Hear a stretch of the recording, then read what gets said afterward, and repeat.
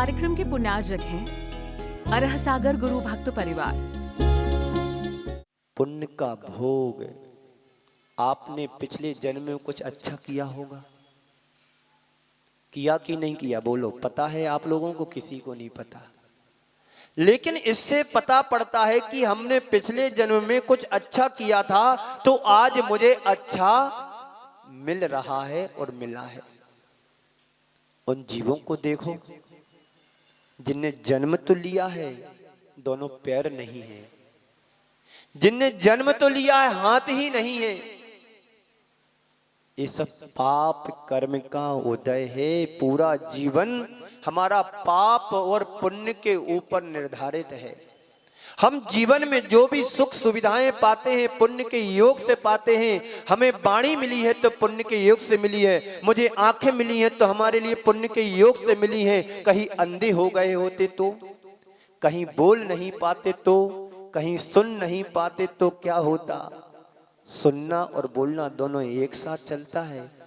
जो बहरे और गूंगे होते हैं वो जन्म से होते हैं, जो बोल नहीं पाते हैं वो सुन भी नहीं पाते हैं, और जो सुन नहीं पाते वो बोल भी नहीं पाते। सब क्या है? पाप कर्म का उदय।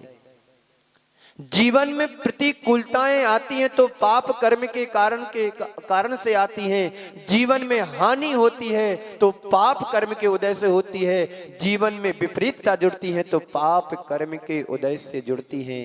एक किसके हैं दोनों? पाप और पुण्य हमारे ही द्वारा निर्धारित किए जाते हैं, और स्वयं ही पाप और पुण्य के द्वारा कर्मों का फल भोगने के लिए अभिशप्त होना पड़ता है। अब क्या करना है? जीवन में ऐसा कुछ करना है कि अब मुझे पाप की नगरियों में ना घूमना पड़े। कर्म ऐसा करें कि कर्म मुझे नरक निगोद की यात्रा ना कराए। ऐसा कर्म करना है जिस कर्म को करके हम स्वर्ग और मोक्ष की व्यवस्थाओं को पाएं। तो पाप पुण्य फल माही, हरक बिलखो मत भाई, यह पुद्गल पर जाए। ये सब पुद्गल की पर्याय हैं जो जन्मती हैं और विनष्ट हो जाती हैं, आते हैं और छूट जाते हैं, जुड़ते हैं, बिछड़ जाते हैं। सब पर्याय हैं। इन पर्यायों में ना हमें कभी हर्ष करना है, ना कभी विषाद करना है। ये बात सच है कि हमारा जीवन और पुण्य और पाप से पूरी तरह प्रभावित होता है।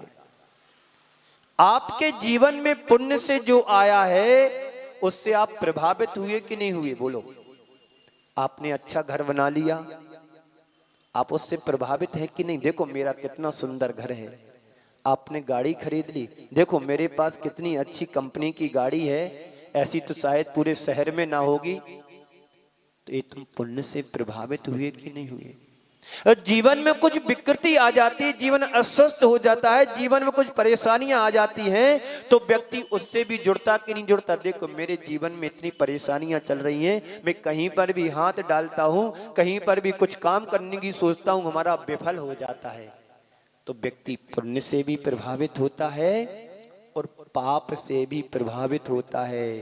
पर हमारे गुरुदेव कहते हैं, क्या कहते गुरुदेव? उनने बहुत अच्छी बात लिखी है समय सार में, पद्यानुवाद करते हुए।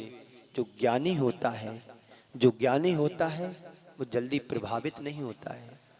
वो सोचता है ये तो जीवन में लगा रहता है, कभी सुख आता है, कभी दुख आता है, कभी अनुकूलताएं आती हैं, कभी प्रतिकूलताएं आती हैं, ये सब संसार में चलता रहता है। क्या कहा गुरुदेव ने? ना भूत की स्मृति, ना भूत की स्मृति, ना अनागत की उपेक्षा। ना भूत की स्मृति, ना अनागत की अपेक्षा, भोगों पे भोग मिलने पर भी उपेक्षा। ज्ञानी जिसे तो विषय तो विष दीखते हैं, वैराग्य पाठ उनसे हम सीखते हैं। क्या कह रहे गुरुदेव? भूत, ना भूत की स्मृति, हमारे लिए पहले क्या था? कुछ स्मृति नहीं है। गुरुदेव कह रहे हैं ना भूत की स्मृति, मुझे पिछली कोई स्मृति नहीं है। कि मैं कहां से आया हूं, ना अनागत की अपेक्षा, आगे मुझे क्या मिलेगा इसकी कोई अपेक्षा नहीं है। भोगों पे भोग मिलने पर भी, भोगों पे भोग मिलने पर भी उपेक्षा, भोग और उपभोग की सामग्री हमें मिली है, इसकी उपेक्षा करता है कौन? ज्ञानी पुरुष। ज्ञानी जिससे तो विषय, ज्ञानी जिसे तो विषय तो विषय दिखते हैं। ज्ञानी के लिए जो पंचेंद्री के विषय हैं वो कैसे दिखते हैं? विष की तरह दिखाई देते हैं। वैराग्य पाठ उनसे हम सीखते हैं, उन ज्ञानियों से मुझे वैराग्य का पाठ मिलता है। तो पुण्य और पाप हमारे जीवन के दो पहलू हैं, दो किनारे हैं। इन दोनों किनारों को हम समझ करके अपने जीवन की गाड़ी को आगे बढ़ाना है। पुण्य भी तुम्हारा स्थायी नहीं है और पाप भी तुम्हारा स्थायी नहीं है, दोनों क्षण भंगुर हैं, दोनों क्षण चाहिए। संत कहते हैं पुण्य का भी एक दिन त्याग करना होता है। जब तुम्हें मोक्ष को प्राप्त होना होता है तो पुण्य को भी है समझ करके छोड़ दिया जाता है, और पाप को छोड़ने के लिए पुण्य कमाने की जरूरत होती है। और पुण्य नहीं करोगे तो पाप में तो हम लगे हुए हैं, रात दिन पाप में लगे हुए हैं। उस पाप को छोड़ने के लिए पुण्य का उपक्रम किया जाता है, पुण्य के साधन को जुटाए जाते हैं और पुण्य की सामग्री को जुटाया जाता है। उस पुण्य की सामग्री को पाने के बाद पुण्य पाप अपने आप छूट जाता है। जब तुम धर्म ध्यान से जुड़ते हैं तो पाप की क्रियाएं सब छूट जाती हैं, पाप के साधन सब छूट जाते हैं। और जब तुम पुण्य को छोड़ोगे तो मोक्ष के अधिकारी बनोगे। तो मोक्ष हमारी आत्मा की अंतिम परिणति है। आत्मा की उपलब्धि के लिए पुण्य पाप से ऊपर उठना बहुत जरूरी होता है। ये जीवन की एक बहुत बड़ी सच्चाई है। लेकिन सारा व्यवहारिक हमारा जीवन पुण्य और पाप पर आधारित है। पुण्य और पाप के द्वारा हमारा व्यापार चलता है और पुण्य और पाप के माध्यम से हमारा जीवन भी आगे बढ़ रहा है। इस पुण्य और पाप को जो समझ लेता है फिर उसमें कोई हर्ष नहीं मनाता है, ना विषाद करता है, ये उसको नियंत्रित करने में सक्षम हो जाता है। पुण्य और पाप साधारणतः इन दोनों शब्दों से हम प्रभावित हैं। मैं आपसे पूछना चाहता हूँ कि पुण्य किसे कहते हैं और पाप किसे कहते हैं? शब्द तो तुम जाने पहचाने हैं, बोल भी रहा हूँ अभी इतनी देर से कि पुण्य क्या है, पाप क्या है। पुण्य के योग से हमें सब कुछ अनुकूलताएं मिल जाती हैं और पाप के उदय से हमें सब अनुकूलताएं प्रतिकूलताएं बदल जाती हैं। तो मैं आपसे पूछना चाहता हूँ कि पुण्य किसे कहते हैं? बोलो, क्या उत्तर आएगा?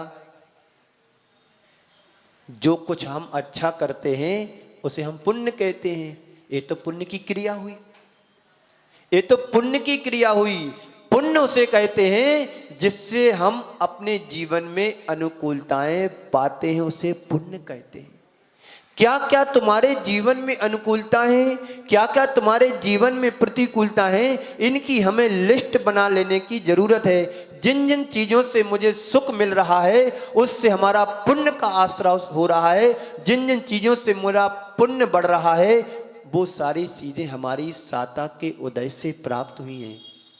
आपके जीवन में दुख भी आता है तो क्या कहते हो? अरे भगवान, हमारा पाप कर्म का उदय चल रहा है। जब तुम्हारे जीवन में सुख सुविधाएं जुड़ती हैं, अनुकूलताएं बनती हैं तो क्या कहते हो? अभी हमारा पुण्योदय चल रहा है। थोड़ा सा कुछ कहीं करो नहीं, सफलता मिल जाती है तो क्या बोलते हैं? पुण्य का उदय चल रहा है।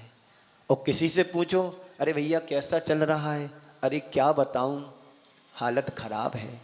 जब से कोरोना आया तब से तो हमारा व्यापार डाउन हो गया। बोलते ना ऐसा? जब से कोरोना आया व्यापार डाउन हो गया है, पर ये नहीं कहते कि जब से कोरोना आया हमने खाना कम कर दिया। ये नहीं कहेंगे। जब दान की बात आती, अरे जब से कोरोना हमारा व्यापार ही बंद हो गया, अब कहां से दूं। अरे जब भी मौका मिले, पुण्य का अवसर आता है, खुले मन से खुले हाथों से आगे बढ़ना चाहिए। जो है जितना है उसमें संतोष रख करके अपने जीवन को आगे बढ़ाएं। यही पुण्य तुम्हारे लिए आगे आने वाले भव की विभूति दिलाएगा। तुम यहां छोड़ोगे, वहां तुम्हें इससे ज्यादा मिलेगा। पुण्य के भोग करो, और पुण्य का भोग करोगे तो क्या होगा, भोग लोगे, फिर आगे क्या मिलेगा, कुछ नहीं मिलेगा। इसलिए पुण्य के योग में क्या कर रहे हैं, कभी आपने अपने जीवन में झांक करके देखा कि हम पुण्य के योग से क्या कर रहे हैं, पुण्य को भोग रहे हैं। संत कहते हैं पुण्य को भोगो नहीं, ये तो तुम्हें हर भाव में मिला है। भोगने वालों की, जैसे मैंने अभी कहा था, चक्रवर्तियों के पास क्या कमी थी, लेकिन जिन जिन जीवों ने, जिन जिन चक्रवर्तियों ने पुण्य का त्याग किया, कुछ मोक्ष गए, कुछ स्वर्ग गए। अब 5 पांडवों को देखा था, उनके ऊपर तप्त आभूषण पहनाए गए, लेकिन जो अपनी आत्मा का केंद्र बिंदु बना करके साधना कर रहे थे, वो तो मोक्ष चले गए। और जो अपने शरीर में अटक गए कि अरे मेरे भाई का क्या होगा, तो स्वर्ग गए। है ना। रावण के जीवन को देखो, सोने की लंका थी, उसने उपभोग किया, कहां गया, कहां गया, नीचे गया। कहते हैं सद्दाम हुसैन के पास क्या विलासिता थी, क्या संपत्ति थी, पता है आपको। उसके पाखाने में भी रत्न जड़े थे, और मरा तो कहां मरा, बोलो, वहीं मरा। ऐसा पुण्य किस काम का, लेकिन पुण्य के योग से तुम्हें मिला है। इस पुण्य को भोग में नहीं, योग में लगाना है, साधना में लगाना है। हर व्यक्ति पुण्य से पाता है, लेकिन जो समझदार होता है, ज्ञानी होता है, वो अपने पुण्य को पुण्य में लगाता है, भोग में और पाप में नहीं लगाता है। तो क्या करना है, पुण्य को भोगना भी नहीं है, पुण्य का त्याग करना है। क्या त्याग करना है पुण्य का, जो पुण्य से तुमने पाया है उसका त्याग नहीं करना है। उस क्रिया को तो करना है, पर जो तुम्हें सामग्री मिली है उसका उपभोग नहीं करना। इसी का नाम पुण्य के भोग का त्याग। हमारे गुरुदेव कहते हैं कि पुण्य के फल का त्याग करना चाहिए। क्या करना चाहिए, पुण्य के फल का त्याग। पुण्य से मिला है, तुम उसका उपभोग करोगे, भोगोगे, तो तुम्हारे लिए पाप का बंध होगा। क्यों, पुण्य से तुमने पाया है। अब जो भी हम करेंगे उससे पाप का ही तो आश्रय होना है। शुभा पुण्यस्या शुभा पापस्य, एक सूत्र आता है। शुभ क्रिया के द्वारा पुण्य का आश्रय होता है, अशुभ क्रिया के द्वारा पाप का आश्रय होता है। हम अपने जीवन में झांक करके देखें कि सुबह से शाम तक हमारे द्वारा कितनी पुण्य की क्रिया होती है, और सुबह से शाम तक कितनी पाप की क्रिया होती है। तो हम पाते हैं कि पुण्य तो हमारे जीवन में बहुत मुश्किल से घंटे 2 घंटे की क्रिया कर पाता हूँ। जब मंदिर आते हैं, विवेक से काम करते हैं, पूजन पाठ करते हैं, स्वाध्याय करते हैं, किसी का परोपकार का काम कर देते हैं, किसी दीन दुखी को सहयोग कर देते हैं। ये चीज़ें तुम्हारे जीवन में पुण्य को एकत्रित करती हैं। और बाकी समय राग देश मोह के कारण जो जितनी भी क्रियाएं होती हैं वो सब तुम्हारे पाप का आश्रय कराने वाले हैं। तो पुण्य कर्म का त्याग नहीं, पुण्य की क्रिया का त्याग नहीं, पुण्य के फल का त्याग होना चाहिए। क्रिया का त्याग नहीं करना है। क्रिया का त्याग कर दोगे तो फिर पाप की क्रिया करेंगे। तो इसलिए पुण्य की क्रिया का त्याग नहीं करना है, पुण्य के फल का त्याग करना है। तो तीर्थंकर भगवंतों के जीवन को भी हम पलट करके देखें, महापुरुषों के जीवन को भी पलट करके देखें। उनके जीवन में भी सब कुछ आया, पर उनने अपने जीवन को धर्म के मार्ग में लगाया, पुण्य के मार्ग में लगाया और पुण्यमय जीवन को बना लिया और अपनी आत्मा का कल्याण कर गए। हम लोग भी बड़े पुण्य से जो कुछ भी पाया है, जिनवाणी की राह मिली है, जिनेंद्र देव के दर्शन मिले हैं, पूज्य गुरुओं का हमें सानिध्य मिल रहा है, ये सब तुम्हारे अपने पुण्य के उदय से मिल रहा है। और पाप कर्म का उदय होता या तो घर में होते, या फिर हॉस्पिटल में होते, या पता नहीं कहाँ कुसंगति में लगे होते। तो जिन जिन लोगों का पुण्य है वो तो सत्संगति का सानिध्य पाते हैं, साधु संतों का सानिध्य पा लेते हैं, अपने द्वारा कुछ अच्छे कार्य कर लेते हैं, सत्कर्म कर लेते हैं। और जिन जिन जीवों का पाप कर्म का उदय होता है वो मंदिर की सीढ़ी पर पैर ही नहीं रखते हैं। उनसे अच्छी बात कहो कि भैया थोड़ा दान पुण्य कर लिया करो, बोले अभी कहाँ है समय, अभी तो कमाना है, थोड़ा और कमा लें। उनकी जिंदगी पूरी कमाने और गमाने में चली जाती। एक व्यक्ति मिले मेरे लिए, मैंने कहा कि भाई आहार दे रहे हैं तो रात्रि भोजन का तो त्याग करो। नहीं महाराज जी अभी बाहर जाना है। कहाँ जाना है? बाहर जाना है। अब मैं उस समय तो बोल नहीं सकता कुछ, अब बाहर जाना है तो बाहर जाना, अब क्या करें हम? आहार तो देना है पर रात्रि भोजन त्याग नहीं करना है। जब तुम्हारी शर्त है कि मैं त्याग नहीं कर सकता तो मेरी शर्त मैं ले नहीं सकता। जब तुम त्याग नहीं कर सकते तो फिर हम ले कैसे सकते हैं? इस कार्यक्रम के पुण्यार्चक थे अरह सागर गुरु भक्त परिवार।